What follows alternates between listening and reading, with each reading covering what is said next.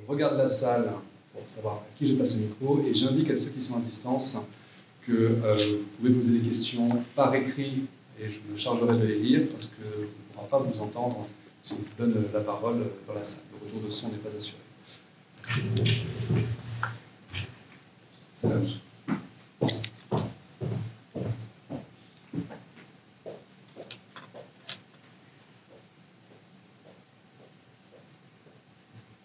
Merci, en tout cas merci à tous les deux pour ces deux présentations. Je ne suis pas certain que... Enfin, j'ai essayé de chercher, de trouver une question pour voir si ça a été...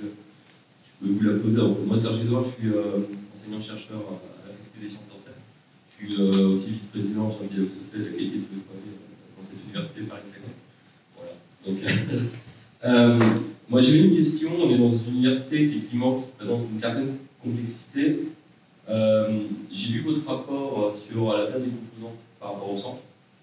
On est quand même dans une université, on a un type de composantes très particulier. Ce sont les établissements composantes. Et je ne me souviens pas dans votre rapport que vous ayez abordé cette place qu'a créée l'ordonnance de 2018. Et le sentiment que j'ai aujourd'hui, c'est que ces établissements composants ont surtout inclus un rôle d'établissement et ont revendiqué ce rôle d'établissement, pas forcément construit une composante. Et donc, je ne sais pas quel. Alors, moi, j'ai été très sensible au fait qu'on casse un peu les barrières des facultés avec l'équipe, la gouvernance de l'université en faisant des directeurs de composantes, des vice-présidents, quelque part, c'était ça, de porter les sujets du projet d'établissement. Je trouvais ça relativement intéressant. Mais alors, comment on fait quand on a des établissements composantes, quand on a des directeurs d'école, et qu'on a aussi, par exemple, des doyens de la faculté des sciences en termes de temps, de charge de travail? Moi, c'est une vraie question. Donc, la place des composantes universitaires, des établissements composantes, si vous avez une réflexion là-dessus, je suis preneur. Et pour Madame Musselin, j'avais aussi peut-être une question, toujours suite à l'ordonnance de 2018, vraiment, le retour qu'on a eu, c'est qu'elle était un peu faite pour Paris-Saclay, cette ordonnance, pour intégrer justement ces écoles que la commune ne permettait pas véritablement de faire. On a connu en 2017 la scission IPP, qui n'était pas encore IPP, et puis voilà. Donc c'était un petit peu fait pour ça, mais globalement, cette ordonnance a ouvert à de l'expérimentation un peu partout sur le territoire, avec ce sentiment finalement qu'il y avait une forme de bricolage institutionnel un peu local, qu'on aille à Pau, qu'on aille à Lille, qu'on aille à Saclay, qu'on aille... Chacun, en fonction des personnalités, des perceptions du moment, des priorités, on montait, on faisait une sorte de design institutionnel. Et finalement, la question c'est, est-ce qu'on a encore une université en France, un modèle d'université? Moi j'ai l'impression qu'il y a autant de modèles d'université que de bricolage institutionnel qui se montent à droite et à gauche, et que finalement le ministère a un peu renoncé en fait à cadrer tout ça. On a... voilà, donc c'était les deux points que j'avais en fait à vous poser, mais finalement c'est sur l'ordonnance de 2018 qui me semble vraiment relativement importante, à la fois dans notre structuration interne, et aussi au niveau, en termes de modèle d'université au niveau national. Merci.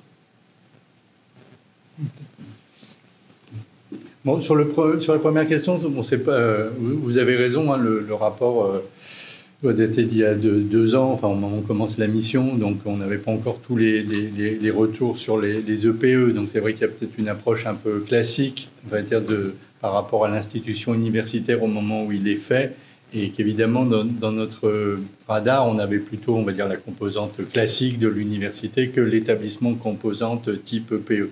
Cela dit, nous, ce qu'on voulait, c'était vraiment surtout ouvrir le sujet sur cette singularité de l'université, qui peut dire, du coup, peut s'étendre de toute façon aux EPE. On remarque d'ailleurs que sur les EPE, il y a eu beaucoup d'initiatives en matière de gestion de budget, système d'information, etc. Mais pas tellement, pour l'instant, en tout cas, en termes de gouvernance, alors que la liberté était, comme ça a été dit, était quand même assez forte, hein, pour s'organiser différemment. Donc notre principal souci, c'était surtout, voilà, d'ouvrir les yeux, d'ouvrir un peu le sujet, et puis de montrer, voilà, aux universités qu'on ne pouvait pas passer des siècles à avoir ces débats entre tradition facultaire, centre, etc., et qu'il fallait trouver des moyens de les régler, en tout cas de les atténuer, en tout cas s'ils existaient, qu'ils amènent en gros que du bien et pas des effets négatifs sur le fonctionnement et sur les personnes, et que ce que je disais tout à l'heure, voilà, par moment le temps politique s'arrête pour être vraiment un temps où on pense établissement, on agit pour l'étudiant.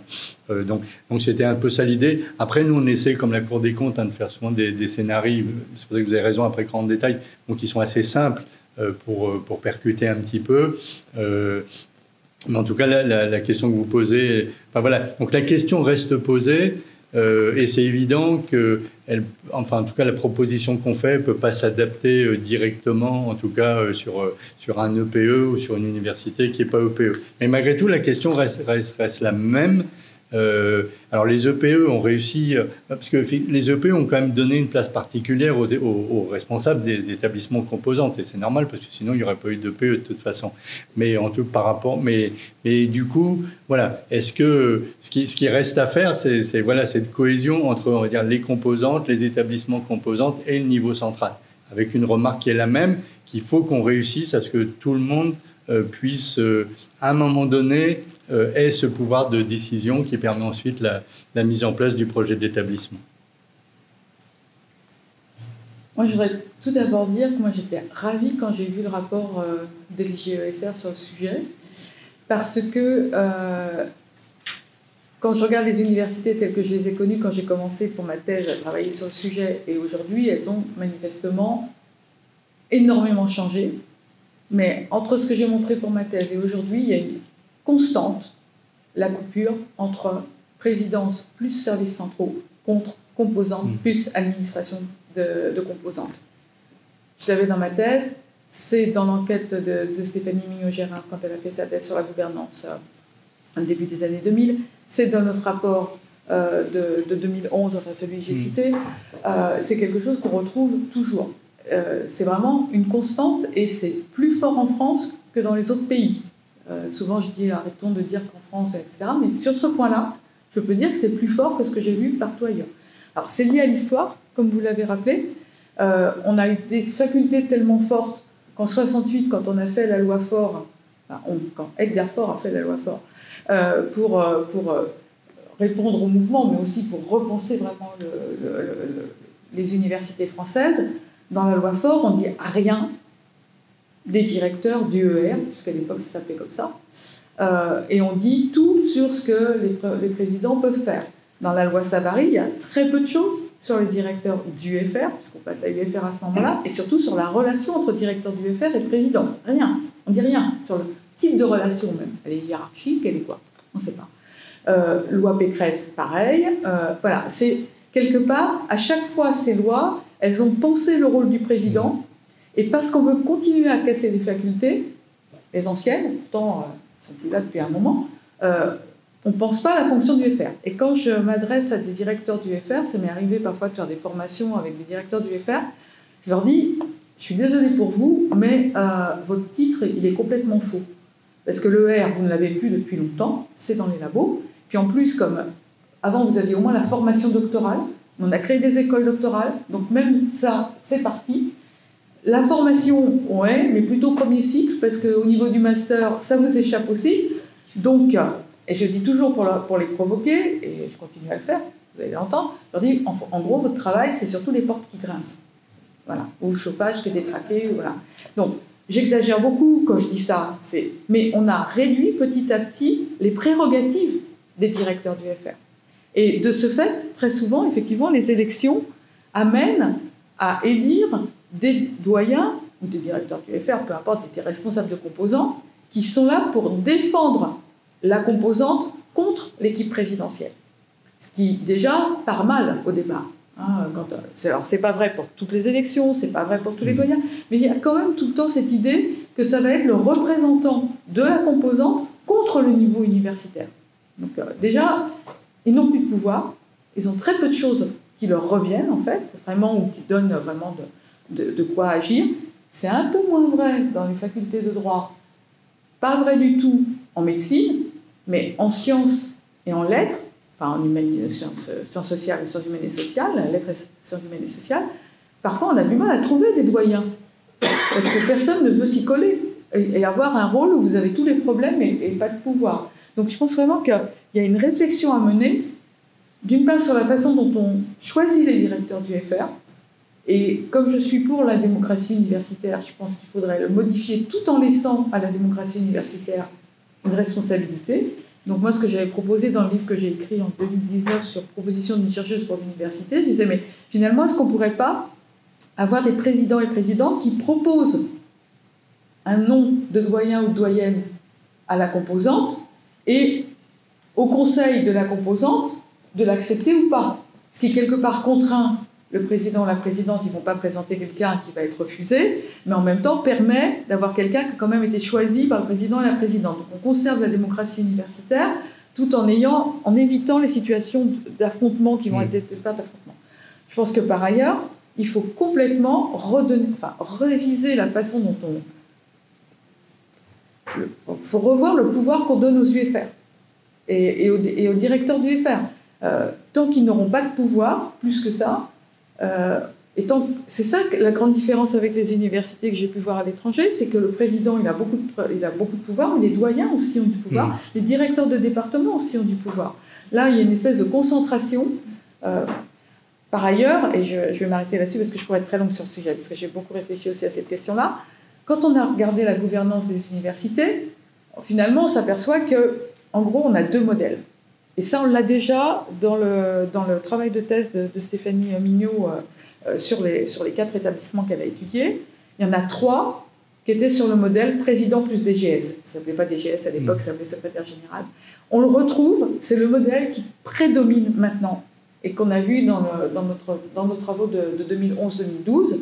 Les présidents, surtout depuis la RCE, sont alliés des DGS. Et d'ailleurs, quand un président nouveau est élu, s'il ne s'entend pas avec le DGS change. Ce qui n'existait pas auparavant. Le DGS, on les connaissait pendant des années dans les établissements. Donc ce couple-là, il est devenu fondamental et il fonctionne le plus souvent bien.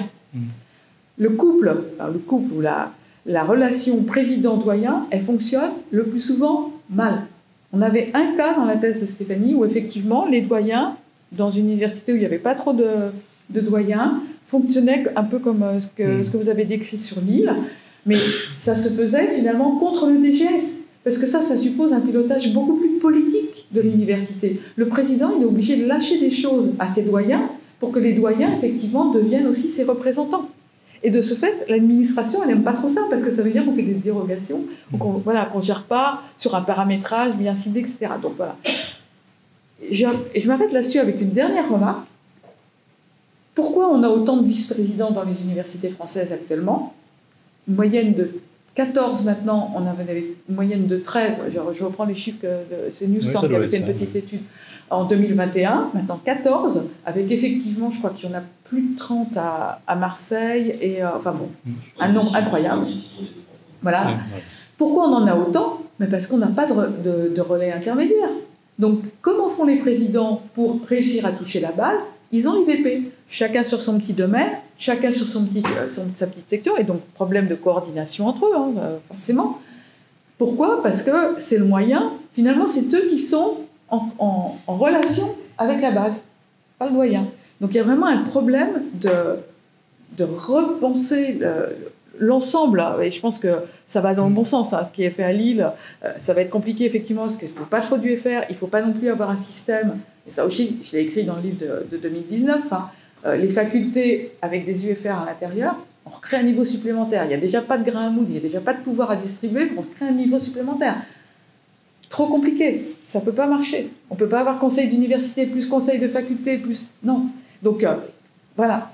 Et encore une fois, on peut faire ça sans toucher au principe de la démocratie, ce qu'on appelle en France la démocratie universitaire et la collégialité ailleurs. Je suis désolée, j'ai été trop longue, mais c'est un sujet vraiment sur lequel je me bats depuis des années et j'aimerais que ça avance. Et il y a un point qu'il faut avoir en tête pour essayer de trouver des solutions à ce qu'on a décrit tous les deux, c'est que, là pour le coup c'est une opinion personnelle, mais l'autonomie que la plupart des acteurs voudraient voir croissante, après l'inspection générale, elle dépend vraiment des transformations de gouvernance et d'innovation de gouvernance qu'on pourra mettre en place. Il faut avoir conscience que l'extérieur à Bercy ou ailleurs, ils voient ce qui se passe dans l'université. Quand on parle d'immobilier, quand on parle de plein de choses. Et les situations de complexité ou d'opposition qu'on a décrites, elles ne sont pas en faveur de l'université si elle souhaite plus d'autonomie. Hein, c'est des principes de confiance. Et donc, c'est un sujet, je pense, extrêmement important. Il n'y a pas d'un côté celui de la gouvernance, de l'autre côté de l'autonomie. Pour moi, il y a le sujet de la gouvernance, et du sujet de la gouvernance viendra la question de l'autonomie. Alors, je vais rebondir un petit peu parce que c'est vraiment très intéressant. Sur l'autonomie, il y a la question des finances aussi. C'est-à-dire qu'il n'y a pas d'autonomie qui pourra venir de la gouvernance s'il n'y a pas des moyens qui permettront aux universités d'être autonomes aussi, de gérer leur budget. En décembre dernier, tous les présidents d'université se sont invités eux-mêmes au ministère parce qu'il y a des difficultés et on peut statutairement donner l'autonomie si on dépend financièrement. Alors, évidemment, le SRI va dire à vous d'aller chercher l'argent, mais on tombe sur le problème des financements sur projet. Sur la démocratie universitaire et votre proposition, Madame Lucin, au sein de l'université, on est au cœur de ce sujet. L'an dernier, vous devez le savoir, on a été sur l'administration provisoire, on a eu un problème au moment du renouvellement de la présidence, et l'une des difficultés fortes à tourner autour, chez nous, en tout cas, du poids très important des personnalités qualifiées extérieures, qui représentent dans notre établissement 50% du conseil d'administration, l'ensemble du conseil d'administration votant pour élire le président. Donc je reviens sur votre proposition. Si jamais il s'agit, par exemple, pour faciliter les relations de la présidence avec les doyens, de proposer que le président propose un nom qui peut être accepté, ça suppose, en fait tout est systémique, ça suppose que le président lui-même sorte d'une légitimité qui soit incontestable. Or, quand il est élu à 50% par des personnalités extérieures, c'est-à-dire des personnes qui ne sont pas elles-mêmes élues, le président lui-même manque de légitimité, d'une certaine manière, et ça se répercute sur le pouvoir qu'on peut lui donner d'aller nommer les doyens. Donc c'est un système, si vous voulez, qui, je pense, on peut défendre, mais sous condition que la fameuse démocratie universitaire dont vous dites qu'elle est respectée, elle soit respectée depuis le début de la chaîne, dès le moment où un conseil d'administration, principalement composé de représentants des personnels, des chercheurs, etc., choisit son président, et pas les personnalités extérieures. D'où la proposition qu'on a faite, mais qui est en discussion, et on a trouvé le modèle à Nice, que les PQE ne votent pas le président. Et en réalité, il nous semble qu'une personnalité qualifiée extérieure, c'est une personnalité qui est là pour ouvrir l'université sur le monde économique, social, sur le territoire, pour participer au débat, pour participer à l'orientation, mais il n'y a aucune raison que le premier jour du conseil d'administration, les PQE votent pour le président. Enfin, ça se discute. Oui. Enfin, c'est comme ça, effectivement, ici. Dans beaucoup d'autres universités, celles qui sont sous la loi Fioraso, ou même, si on part avant, même disons loi Savary, où là, pour le coup, les personnalités extérieures étaient présentes, mais pas très nombreuses. Ça n'a jamais donné plus de légitimité au président de l'université. Moi, je pense que par définition, un président de l'université, il a un problème de légitimité, quel que soit le mode d'élection. Et je vois bien l'argument que vous avez, c'est de dire on ne l'a pas élu, donc du coup, il n'est pas légitime. Mais même quand les présidents sont élus, moi, je trouve qu'ils souffrent d'un manque de légitimité très très fort, très très fort. Mais alors, ce que vous dites, ça vaut pour tous nos élus. Il y a une crise démocratique qu'on peut étendre. Et qu'on retrouve dans l'université française.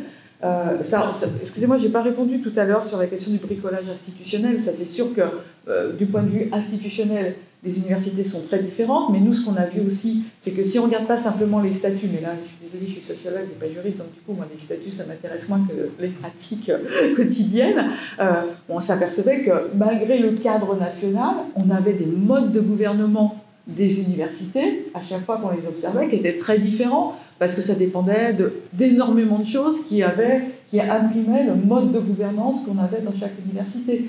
Donc, moi, je pense pas qu'on...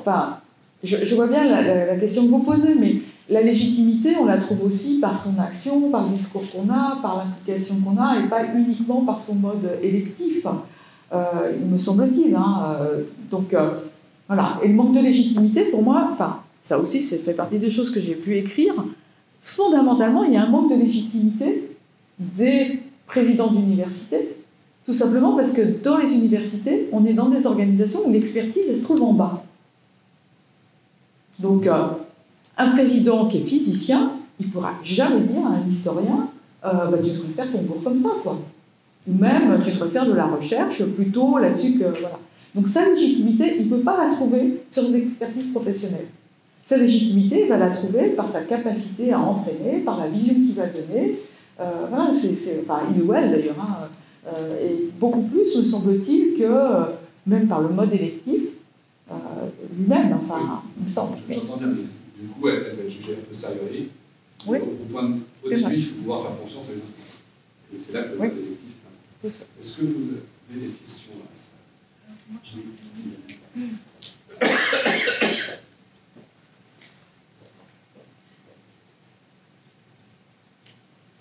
Alors, je suis Guylaine Ster, je suis enseignante en marketing et administratrice de l'établissement technique d'expérimentation de l'Université de Marseille. Donc ce sujet m'intéresse au plus haut point. Et j'aurais deux questions à vous poser. La première, c'est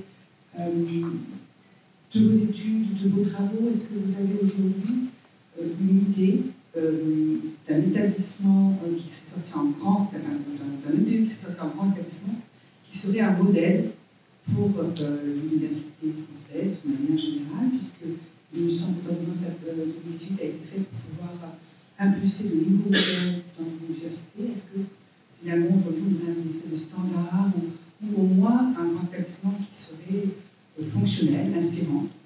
Et c'est plus une curiosité. Vous avez été mandaté ou travaillé pour Poitiers, je ne sais pas trop dans quelle mesure, dans quelles circonstances, parce que aujourd'hui, dans notre université, dans notre établissement public d'expérimentation, on souffre d'un millefeuille administratif, de processus de décision extrêmement long. On parle on a des allers-retours continus entre les services centraux et les directions centrales et les composantes. Ça prend des semaines, voire des mois pour signer un contrat, par exemple. Donc, dans quelle mesure vous avez été et est-ce que là encore vous avez un modèle à proposer, puisque ça a été un succès à Poitiers? Merci. Alors sur la deuxième question, comme je vous l'ai indiqué, en fait il y avait eu un rapport du HCRS, et donc ce n'est pas toujours le cas, mais dans le rapport il y avait un long passage sur la question des composantes, voilà, que j'ai traduit par un peu administration éclatée, et le HCRS souhaitait qu'il y ait une forme de... je pense qu'il cite explicitement l'inspection générale pour procéder à un accompagnement. Alors, donc la question a été réfléchie. Nous, on est saisi par le ministre, enfin la ministre à l'époque. Et ce qu'il faut savoir, c'est que le collège d'enseignement supérieur, j'espère qu'il est vécu comme ça, mais c'est un peu un tiers de confiance dans l'écosystème où, voilà, ça a été rappelé, il peut y avoir pour différentes raisons des antagonismes et choses comme ça. Et du coup, voilà, donc en gros, l'HCRS repère qu'elle fait cette mission qui est d'évaluation, qui était tout à fait intéressante pour l'université, j'imagine, et qui à un moment identifie un point de blocage, un point de grippage qu'il faut essayer de traiter. Donc il nous passe en gros la balle, mais c'est le ministre qui décide. Et puis après, il y a ce travail conjoint qu'on mène avec l'équipe présidentielle de Poitiers, mais avec tous les personnels, pour essayer de dénouer ce problème, de les aider à le faire. Mais on peut dire qu'en permanence, on est sur ce type de sujet dans, on va dire, 4, 5, 6 universités, là en ce moment par exemple, mais toute l'année. Donc c'est vraiment ce rôle d'accompagnement, de tiers de confiance sur des problèmes, alors parfois qui ne sont pas les composantes, mais qui peuvent être des problèmes financiers, bien sûr, qui peuvent être des problèmes de ressources humaines, qui peuvent être des problèmes de stratégie et de finance. Enfin, voilà. C'est ce qui rend extrêmement passionnant l'activité du collège. Alors sur les modèles, en fait, il y en a quand même plusieurs. C'est ce que j'ai voulu dire peut-être au début en parlant des appels à projets. Alors, on ne les a pas comptés et tout, mais dans les grandes universités, je peux penser à Bordeaux, Aix-Marseille Université, dans lesquelles on se rend souvent, mais aussi dans des moyennes, voire des plus petites, on a des formes de modèles qui ne sont pas tout à fait identiques, mais il y a quand même des facteurs clés de succès qu'on retrouve, c'est sûr. Par exemple, sur la place de l'administration, sur le duo président-administration, sur la mutualisation de composantes. C'est-à-dire, on n'a pas réglé comme tout le monde n'a pas forcément envie, et c'est le droit hein, de faire comme à Lille, mais d'autres trouvent d'autres moyens de faire participer les composantes au projet commun. On a vraiment un nombre, je dirais, majoritaire d'universités aujourd'hui qui sont plus modélisantes, ce qui nous amène d'ailleurs à regarder, voilà, comme je disais, celles qui sont peut-être en dehors de l'écran radar pour savoir pourquoi elles le sont. Souvent, les choses se passent aussi tout à fait bien, hein, je ne citerai pas de nom, mais bon, de voir s'ils ont besoin d'aide, d'accompagnement. Mais comment dire, Christine avait écrit le livre sur la longue marche, hein, mais en tout cas d'un point de vue administratif, c'est un grand bond en avant. Hein. C'est un grand bond en avant qui a eu lieu depuis 10 ans dans beaucoup d'universités. C'est incroyable. Bah, nous, quand on arrive, évidemment, comme toujours, hein, ou quand on fait du marketing, on voit un peu ce qui ne va pas. Mais en réalité, on sait aussi voir tout ce qui va bien. Et les transformations, elles ont été énormes. Hein. Il y avait c'était jeudi dernier, il y avait rue Descartes, l'Assemblée des directeurs généraux d'université. Ouais, c'est extraordinaire. D'abord, ils étaient tous là. Enfin, c'est vivant. Ils habitent leur métier. Ils sont quand même très entreprenants. Ils ont soif de progresser. Je trouve que moi, j'ai trouvé que c'était jeudi dernier un très beau signe hein, pour l'université. Vous savez, quelquefois, on le sent. Voilà, dans les expressions, les attitudes, et donc je pense qu'on est quand même sur la bonne voie, même si voilà, c'est compliqué. Donc oui, on a des modèles, on peut nous reprocher d'ailleurs parfois d'aller souvent aux mêmes endroits, c'est pas tout à fait faux, mais surtout, on y va, mais on transmet beaucoup aux autres. D'ailleurs, en ce moment, comme je vous disais, on a toujours voilà, à peu près 5-6 missions d'accompagnement à la fois, et du coup, on est en train, enfin nos collègues qui sont souvent sur ces missions et ça les passionne évidemment, ils sont en train de produire une sorte de petit guide méthodologique voilà, en gros des 70-80% qu'on amène de manière constante, ou qu'on amènera surtout pour l'avenir sur les universités. Alors je dirais pas que c'est voilà, sous forme de modèle, mais en tout cas déjà nous méthodologiquement c'est un point sur lequel on avait envie de progresser parce que souvent voilà on retrouve les mêmes très bonnes choses et puis parfois les petits points. Je réponds à la remarque d'avant sur l'aspect financier. Un des points qu'il faut vraiment éclairer, c'est à la fois il y a trop de paradoxes là aussi. Hein. Entre parfois des budgets initiaux en déficit et puis des comptes financiers positifs, c'est quand même pas une très bonne chose du point de vue de l'image. Hein, c'est une question de sincérité un peu des comptes. Et puis, on a aussi ce problème sur lequel on va travailler, enfin cette question sur laquelle on va travailler, des 5 milliards de trésorerie donc sur les établissements par rapport parfois à des situations de déficit. Donc, il y a une question de gestion de la trésorerie qui est extrêmement importante, parce qu'évidemment, elle est la clé de beaucoup de choses, et puis de la confiance qu'on peut avoir avec les différents ministères. Hein.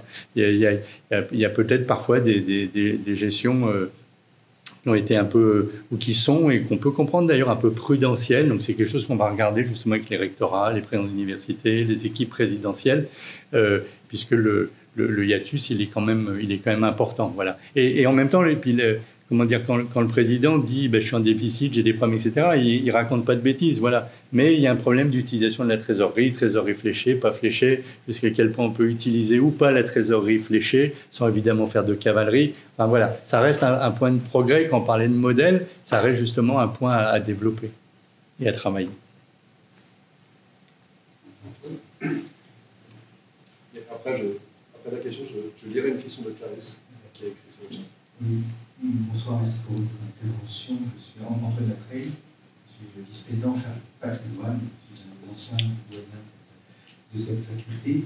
Peut-être revenir sur une vision historique et une question qui me taraude. Vous avez remarquablement bien démontré à la fois cette incitation au regroupement et cette imbrication avec les politiques publiques par projet qui vont inciter à ce regroupement. Vous avez daté ça, de ma part, presque à la fin des années 50. Et ma question, ma curiosité est la suivante. est-ce que ce mouvement est un mouvement inexorable, à la fois au plan national et international, parce qu'il semble transcender finalement toutes les alternances politiques qu'on a connues depuis les années 60. Et donc, est-ce qu'il y a un espèce de consensus, alors soit voulu, soit par défaut, par résignation, qui fait que globalement, ce mouvement est irrésistible ou pas? Il y a plusieurs choses en fait. Je pense que les fusions d'universités qu'on a connues en France, elles sont aussi liées à l'histoire et à 1968, et à nouveau à la loi Faure, et à l'échec de la loi Faure. Moi, la loi Faure, pour moi, c'est une loi incroyable. À chaque fois que je la relis, je me dis, mais comment on a pu passer à côté de ça? Dans la loi Faure, il y a autonomie budgétaire, autonomie pédagogique, autonomie administrative. Les trois ont été reprises très vite. Donc déjà, il y avait déjà cette idée d'une très forte autonomie des universités dans la loi Faure, première chose. Deuxième chose, il y avait l'idée de créer des universités pluridisciplinaires et de passer justement des facultés à ces universités pluridisciplinaires. Là aussi, échec, parce que dans la plupart des grandes métropoles, on a finalement, les facultés se sont parfois regroupées à 2, pas plus, voilà.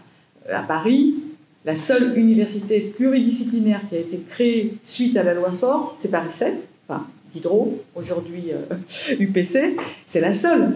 Et encore parce que le ministère a obligé à ce que celle-ci soit pluridisciplinaire, mais les autres, elles ne sont pas acceptées. Elles ne sont pas monodisciplinaires, mais elles sont quand même pas pluridisciplinaires.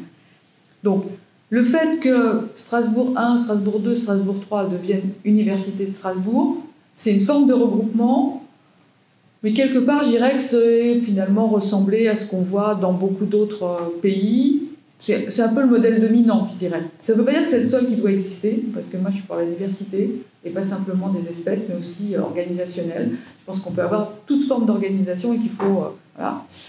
Mais c'est vrai que très souvent, on voit des universités dites complètes, avec ou sans médecine, mais bon, en gros, c'est ça.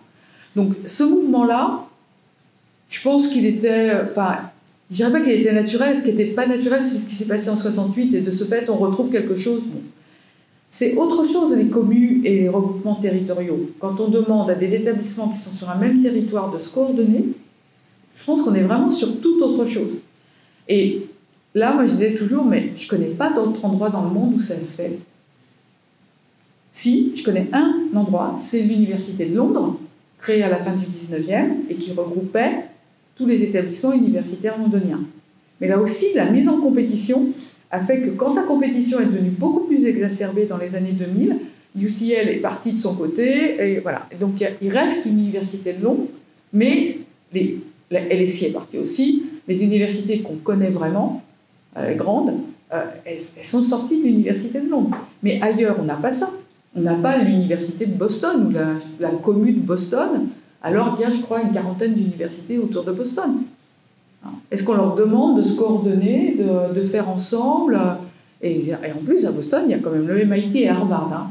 Bon, est-ce qu'on leur demande... Ça n'empêche pas qu'il y a des tas de relations entre eux.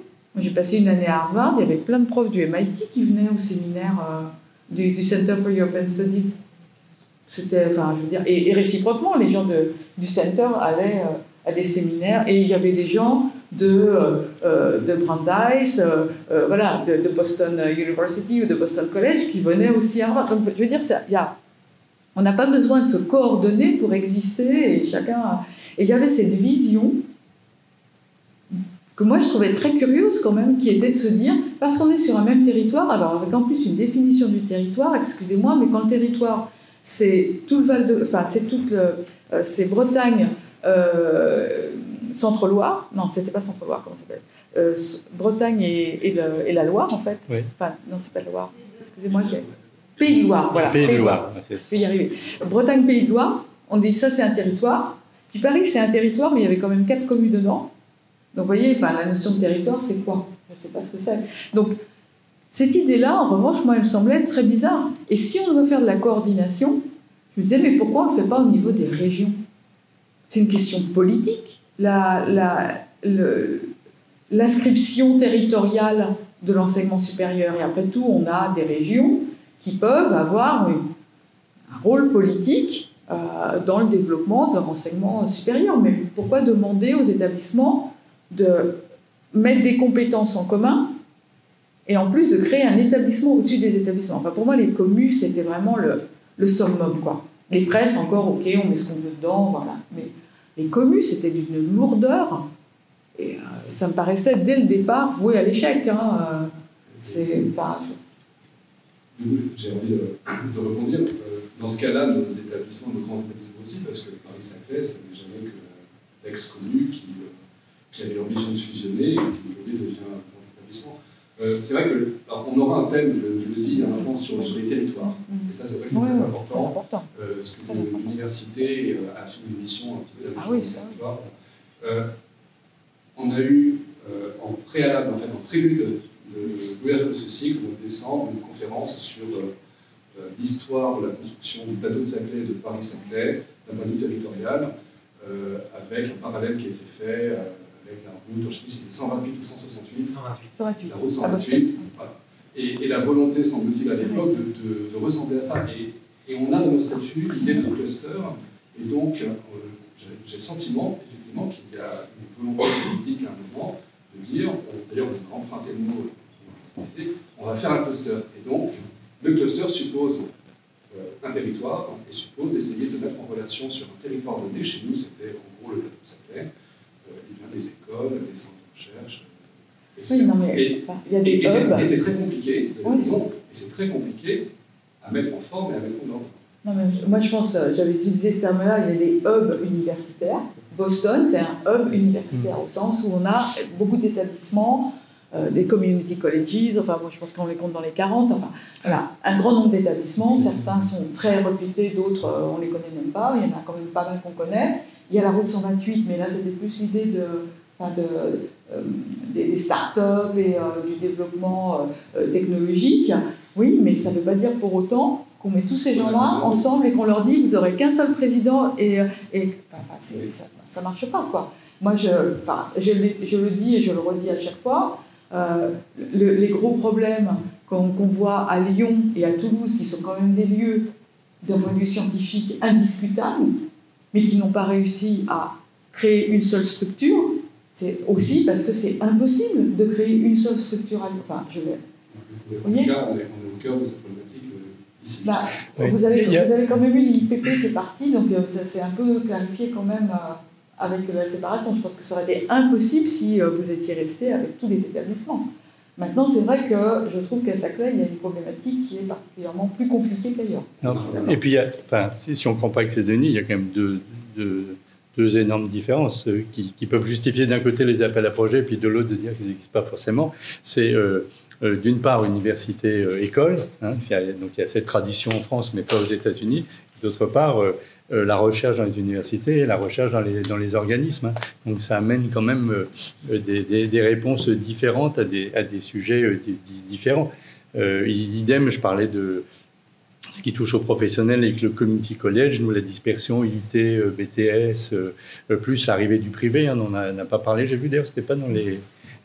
si, ça y est, dans les thématiques. Le prochain thème au mois de mai porte sur la formation universitaire. Il s'agit aussi de placer la formation universitaire dans son rapport avec la formation des autres établissements d'enseignement supérieur, que ce soit les grandes écoles, soit les plus petites écoles. Donc le lancement des appels à projets, c'est quand même aussi ça en France. Et puis je pense, pour revenir à ce que je disais sur les petites et moyennes universités et d'autres, il y a aussi donc, tous les appels à projets non territoriaux. Les territoriaux, on ne va pas transformer les choses sans arrêt. Donc de toute façon, ils ont vocation à être plutôt rares et puis avec la réussite, d'une certaine manière, à se ralentir, on va s'éteindre. En revanche, la question des appels à projets, on va dire plus thématiques ou plus liés à la formation ou à l'accueil des étudiants et autres, ça doit demeurer. On a quand même, pas que l'université, des structures qui sont toujours un peu, qui peuvent être un peu conservatrices. Et donc, ces appels à projets niveau SGPI, je les trouve, moi, vraiment, en plus pour le vivre, au sein de la MICMA, vraiment très intéressant parce que, en plus, on cite souvent les lauréats, mais il y a un bouquin de Jean-Marie Roy là-dessus, il faut aussi penser aux vaincus. Parce qu'en fait, les vaincus, ils ont aussi beaucoup, enfin, ceux qui n'ont pas été lauréats, ils ont aussi beaucoup appris des appels à projets. Parce qu'ils se sont mobilisés. Alors évidemment, à la fin, ils sont déçus. Mais en réalité, ça leur a fait faire aussi d'énormes progrès. parce qu'ils sont allés rencontrer des entreprises qu'ils connaissaient peut-être pas très bien, ils n'avaient pas les contacts à la région, ils ont fait des projets en commun, ils ont travaillé, ils se connaissent, ils ont échangé leurs SMS, ils sont venus les porter à Paris. Bon, ça a échoué, mais hop, ils ont recommencé sur un autre appel à projet qu'ils ont gagné. Et tout ça, ça fait vraiment un bien énorme au territoire et aux universités. Et ça, alors, faut que ça soit justement, il y en a beaucoup, mais c'est juste parce qu'ils sont agiles, flexibles. La MICMA, il est très, voilà, compétences métiers d'avenir. Il y a aussi les campus des métiers qualification, où voilà, des gens qui se parlaient pas sont venus se parler entre l'UMM, les lycées professionnels, les académies, les recteurs, porter les mêmes choses après, pareil à Paris. Ça, c'est vraiment des logiques d'appel à projet, moi, que je trouve excellentes. Et je ne sais pas ce que vous alliez dire, Christine, sur le ministère, mais en plus, ce que je constate, c'est que, en effet, au début, vous avez utilisé l'expression, je ne sais plus, les deux ministères. Oui, c'est pas moi qui a utilisé cette expression, le ministère de l'ordinaire et le ministère de l'extraordinaire. Bon, et en fait, ce qui est très bien, c'est que je le constate, c'est que c'est vraiment dépassé. Objectivement, ça peut être vrai au tout début des appels à projets, mais plus aujourd'hui. Je vois la DGCIP, elle est vraiment rentrée à fond là-dedans. Elle est avec le SGPI, elle donne son avis sur les appels à projets aussi. Et donc, voilà, la mayonnaise, elle a vraiment prise. Et moi, j'espère qu'on va les conserver. Le monde bouge énormément, là, donc il n'y a pas de raison de garder les mêmes appels à projets. Il faut en inventer d'autres. Je pense que c'est ce qui va être le cas. J'espère qu'on aura aussi autant d'argent qu'il y a pu avoir. Mais bon, c'est intéressant. Ça garde, et les universités, elles aiment bien être en mouvement quand même. D'ailleurs, ça permet aussi parfois je vois là, il y a dans la MICMA, j'ai l'exemple par exemple sur l'intelligence artificielle de labos et puis du FR qui se regroupent pour parler intelligence artificielle et SHS par exemple, ou numérique et santé. Enfin bon, il y a vraiment moi j'adore ça, il y a des projets extraordinaires et ils sont tous très fédérateurs. Alors, j'ai une question en attente sur le chat que je valide de Clarisse Senior qui fait des conférences en histoire du droit chez nous et qui est vice-doyenne formation et qui, avec les limites du format, si vous voulez, donc ça c'est dans Lucien, vous évoquez l'antinomie des conseils de faculté et du conseil d'administration de l'université. Comment assurer la démocratie universitaire dans une grande université si elle ne s'exerce qu'au niveau de l'université, niveau présidence, et non plus, du moins au niveau des... Non, je l'ai dit certainement trop vite. Il y a un certain nombre d'universités qui, à la faveur de la fusion, ont créé un niveau intermédiaire. Alors, ça s'est appelé dans certains cas collégium, dans d'autres cas faculté, dans d'autres cas entre les UFR. Pardon ? Dans d'autres cas, graduate school. Chez vous, c'est d'accord. Et donc, un niveau intermédiaire supplémentaire. Alors qu'on a déjà du mal à fonctionner avec un niveau présidence, composante, département, quand il y en a pas toujours, mais ça ne remet pas en cause tout ce qui est collégialité, parce que le département, il a son conseil de département, l'UFR a son conseil d'UFR, la faculté, souvent dans ce cas-là, a aussi un conseil, et puis il y a le conseil d'administration et le CAC en plus, voilà. Et ça ne remet pas en cause cette démocratie. C'est simplement le fait que si on ajoute des niveaux supplémentaires alors qu'on a déjà relativement peu de choses à distribuer, ça affaiblit les niveaux en dessous et du coup, c'est pas très bon. Et puis par ailleurs, moi je pense que la démocratie universitaire, on la pense trop souvent par rapport aux instances et qu'elle ne doit pas se faire et ne doit pas se vivre uniquement dans les instances. Elle doit se vivre au jour le jour dans les relations qu'on a avec les collègues, dans les décisions qu'on prend. Parce que si on ramène la démocratie universitaire uniquement à ce qui se passe dans les instances, on affaiblit la démocratie universitaire. On l'affaiblit. Donc, vous voyez, je pense que c'est dans la relation, dans comment on intègre les étudiants dans la réflexion sur les cours, c'est dans la manière dont on travaille avec ses collègues. Tout ça, ça fait partie de la collégialité. C'est pour ça que je préfère beaucoup le mot collégialité. En anglais, on parle jamais de démocratie universitaire. Alors, avec mes collègues à l'étranger, si je dis démocratie universitaire, ils savent pas ce que c'est. Si je dis collégialité, ils savent très bien ce que c'est. Et la collégialité, ça englobe le fonctionnement des instances et la représentation dans les instances, et le fait que les instances ont un pouvoir, on l'espère, pas simplement de libératif, mais aussi de prise de décision. Mais ça englobe aussi tout ce qui est vie de l'université, relation avec les collègues, intégration des collègues dans des collectifs, enfin, aide entre collègues.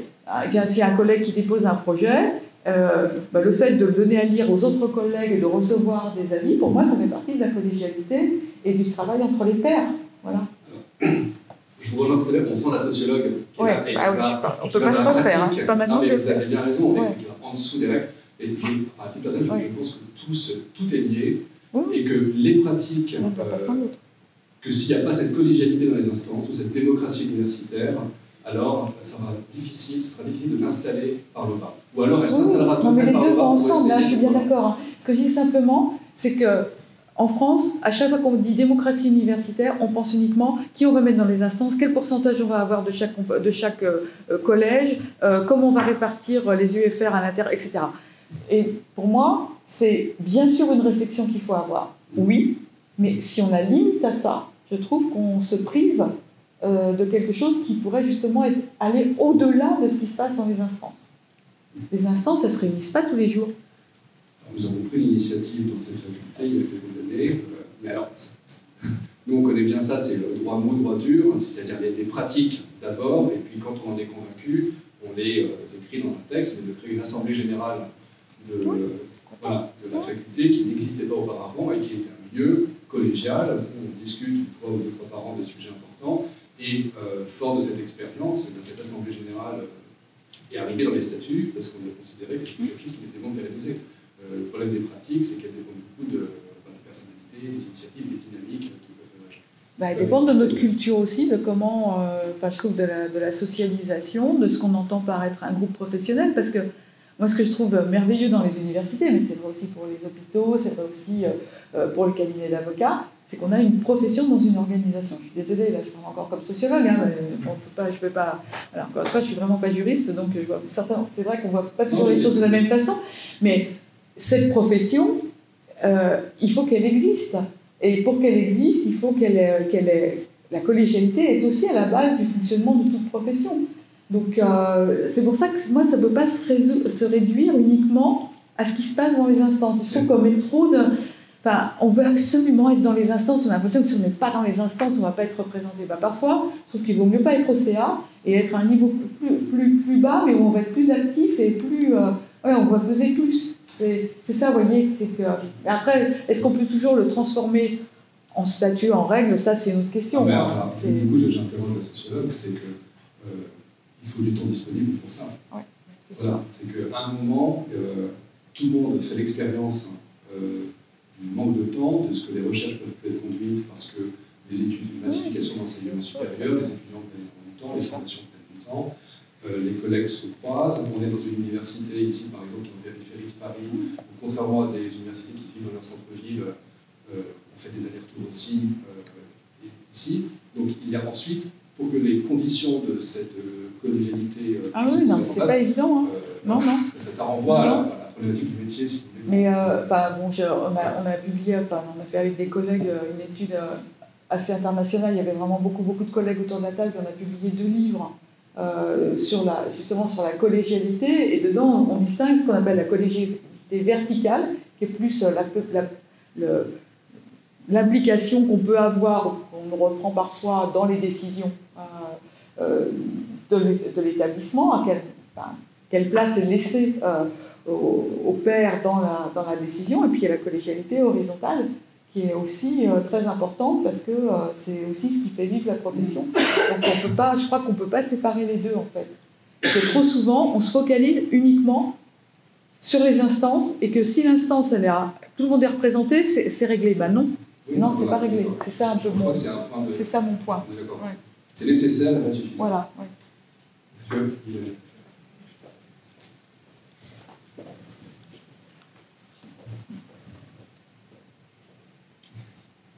Je voudrais revenir sur les appels à projets. J'ai le sentiment de l'orientation que c'était peut-être l'évolution actée et aujourd'hui actuelle pour financer nos universités, de pouvoir faire des appels à projets.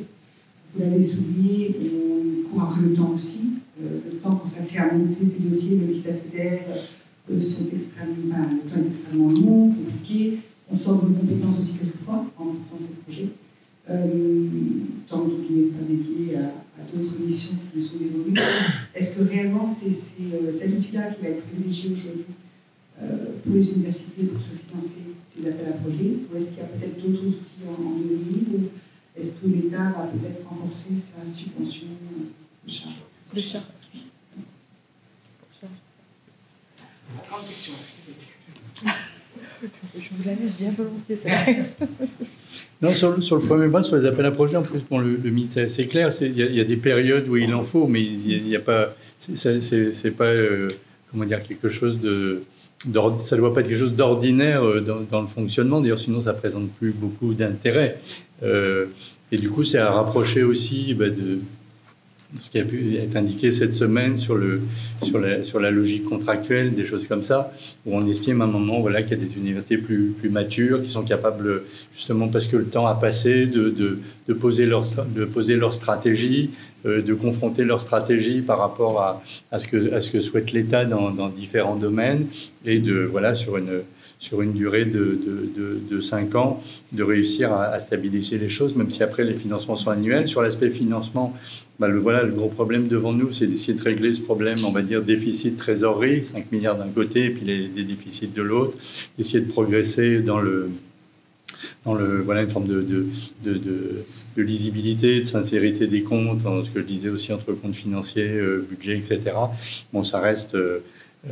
même s'il y a des universités qui commencent assez modélisantes, l'histoire trésorerie, en tout cas, l'histoire trésorerie, elle est valable pour tout le monde, et c'est un point sur lequel il faut travailler collectivement. Appels à projets, il en faut, il y a l'ANR, il y a les appels à projets européens, donc ça c'est en effet des points durs, importants, auxquels les universités peuvent répondre. Après, il y a d'autres choses très intéressantes. On travaille régulièrement beaucoup sur la question des ressources propres des universités, les fonds européens, la formation continue, l'immobilier, le mécénat, les fondations, enfin voilà. Par exemple, sur les ressources propres, c'est aussi un beau challenge qui est devant toutes les universités, qui supposait d'abord qu'elles aient la trame administrative et aussi d'organisation correcte, mais sur lequel, on le sait bien, il y a des marges de manœuvre importantes et puis intéressantes. On sait bien que là aussi, sur ces points, si on se compare à l'international, qu'il s'agisse du mécénat, j'ai oublié l'apprentissage, sur lequel on était en retard, et là, pour le coup, on a vraiment rattrapé le retard sur les deux quinquennats, et notamment dans l'enseignement supérieur, y compris dans l'université. On n'a pas cité du tout ce soir, mais tout le sujet emploi, insertion, professionnalisation. Dans cette grande évolution du modèle, on ne pouvait pas tout dire avec Christine, mais c'est aussi quelque chose d'assez extraordinaire quand on se met 25 ans en arrière et qu'on regarde aujourd'hui l'appétence pour la professionnalisation des universités, sans pour autant qu'elles aient lâché sur la partie disciplinaire. Elles ont réussi à faire deux choses qu'on jugeait un peu difficiles, avec les licences pro, les masters pro, les stages maintenant qui deviennent quelque chose de quotidien et d'ordinaire. C'était pas si simple autrefois, et sans parler aujourd'hui de l'apprentissage. Donc il y a plein de beaux sujets pour une université, bien organisée, et puis où on arrive à trouver le temps de l'élection, le temps de la stratégie, le temps de la mise en œuvre de la stratégie, et puis la cohésion des équipes pour le faire. J'ai le sentiment quand même que sur les appels à projets, l'évolution, c'est de se dire qu'il faut arrêter les petits appels à projets, la multiplication des appels à projets sur des tas de sujets. Et puis, on voit bien, par exemple, à l'ANR, maintenant, on peut faire des projets sur 5 ans, par exemple. Avant, c'était que 3. Mais je pense que ça, c'est... Si on a de la visibilité... Le problème, c'est ça, c'est quand il y a des quand les échéances sont trop courtes et qu'on n'a même pas le temps de terminer le projet, qu'il faut déjà en déposer un autre et qu'on a l'impression qu'on court après... C'est ça, je pense, le problème.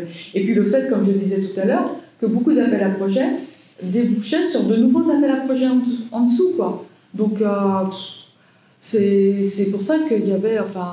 on a l'impression qu'on ne sait plus allouer de l'argent à des collègues autrement qu'en mettant un appel à projet. Donc c'est ça qui est tuant, je trouve. Vraiment. Maintenant, les agences de programme, moi, ça me fait quelque part plus peur que les appels à projets, parce qu'au moins les appels à projets de l'ANR, il y a des procédures, ce sont les pairs quand même qui décident, etc. Là, les agences de programme, on va voir ce que ça donne, c'est encore trop tôt pour dire.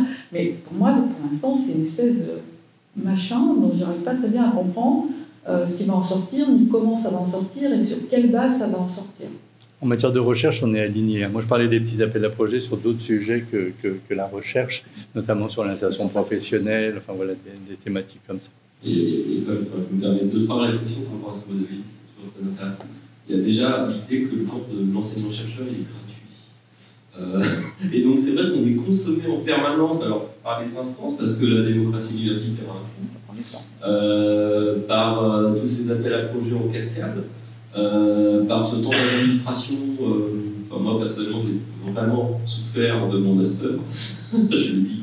Voilà, donc c'est vrai qu'on a toujours cette culture du temps d'enseignant-chercheur qui est gratuit, et que si on avait un raisonnement plus complet, du temps de réunion, des choses comme ça, de structuration, je pense qu'on se poserait vraiment des questions sur nos choix. Mais bon. Deuxième remarque, je pense que alors la question des trésoreries des universités, c'est une vraie problématique, et je vais faire le lien avec Poitiers et les problèmes d'administration. Je crois quand même, au-delà du fait qu'il y a peut-être eu un gonflement des trésoreries liés à des appels à projets, donc c'est du fléché, etc., je crois qu'on a aussi une énorme problématique entre un budget initial et un compte financier d'exécution de la dépense, parce que nous ne sommes pas en capacité administrativement de le faire. Et le fait, en plus, que ces financements soient de plus en plus fléchés, eh bien, au sein de l'université, sur un exercice, c'est très difficile de réallouer la dépense. De se dire, bah là on peut le faire, mais on n'a pas les moyens, là on ne peut pas le faire, on n'a pas le service. Et je ne vais pas regarder mon collègue sur le patrimoine, mais je crois que la problématique patrimoniale apparaît c'est ça. Non, mais on est d'accord, c'est un gros challenge hein, qu'on attaque avec la direction des affaires financières, la direction générale de l'enseignement supérieur et nous. Et le dernier point, c'est le modèle économique de l'université dont on parle. Et c'est vrai que le discours nous amène de plus en plus à nous. Il faudrait aller vers un 50-50. 50% de subventions pour charger le service public, 50% de ressources propres. C'est un peu le modèle qui est.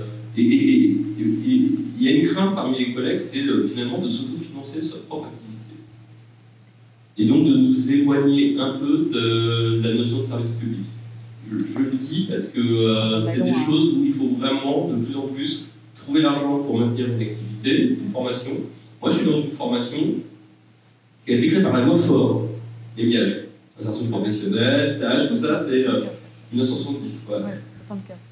Pardon 75. Non, 70. Il a arrêté 70, mais c'est la loi FOR qui les a prévenus. Et donc, effectivement, on est dans une logique d'autofinancement aujourd'hui. On garde ces formations-là si on est capable de ramener en apprentissage, en formation continue, les moyens nécessaires. À Saclay, oui. Vous n'êtes pas en coût complet, votre salaire n'est pas payé par ce que vous ramenez. Si. C'est ça pour moi quand. Ce qui se passe en Grande-Bretagne, c'est quand même ça. C'est que parfois ils sont obligés de trouver leur salaire. Hein. Voilà, pour l'instant, je ne me paye pas encore. Je suis content. Il y a le coût de fonctionnement. Je suis d'accord. Je suis d'accord.